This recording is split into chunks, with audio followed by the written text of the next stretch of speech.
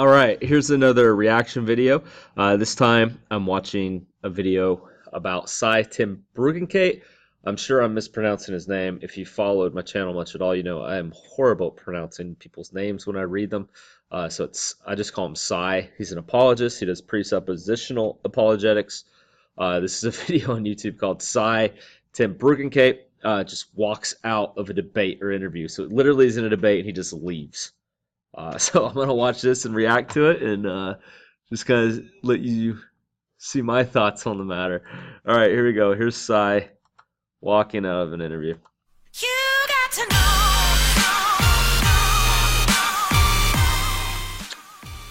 Whatever station that is.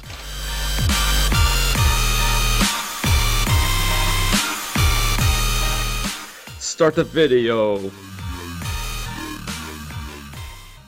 Apologetics. Well, let's get back to my question. What is your ultimate authority? I really asking.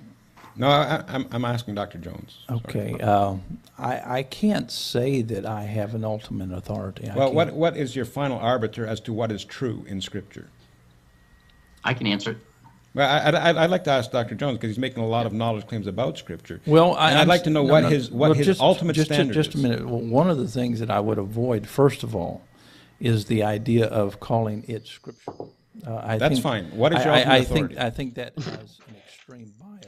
Number one, I would simply say I can't honestly say that we have enough indexical and deictic elements within the read itself to say X, Y, and Z about most of it.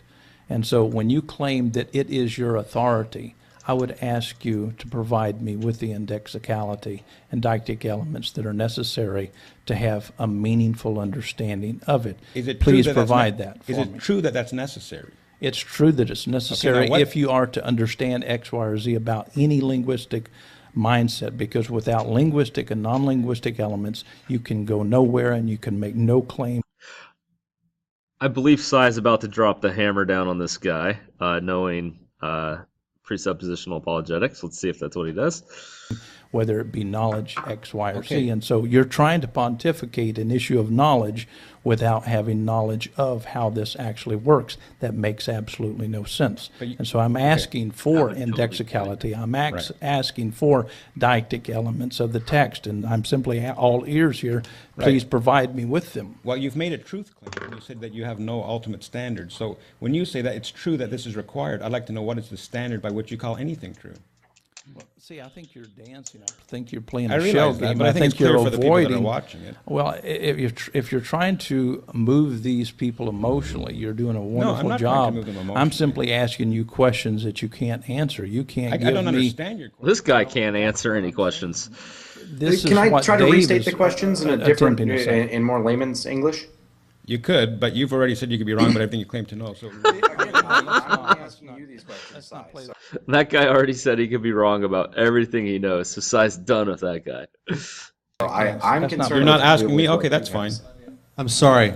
We've got to stop with this cheap trick of you could be wrong. It's old, and we need to move on. You're disrespecting other hosts. Thanks for your time. Okay, thank you. Get off the stage.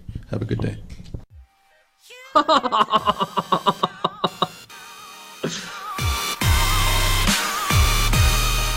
Wow. Wow. All right, so that doesn't make sense. If Cy gets someone to admit they could be wrong about everything they know, then why should he continue the conversation? So if once they admit that, it's not playing parlor tricks or anything. That individual's already admitted they can't know anything. So on what authority can they make any argument against God if they could be wrong about everything that they know? And then that's ultimately Cy's probably going to try to get the other guy to say, on what authority can you make any claim either? How do you know what you know to be true? And no one can give that answer apparently, because it ultimately comes down to subjectivity. And Cy's pointing to know truth, you have to know God. Beginning of wisdom is the fear and knowledge of God.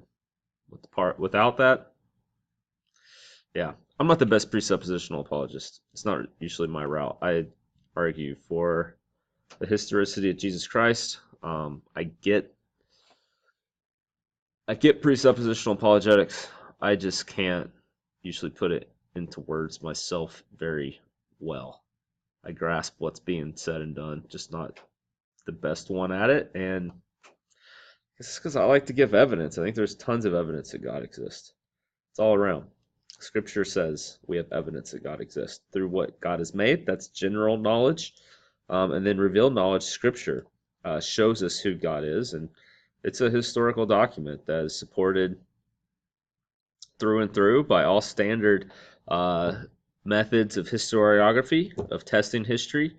And it passes with flying colors compared to any other ancient document. Passes better and has more support bibliographically, internally and externally than any other ancient document.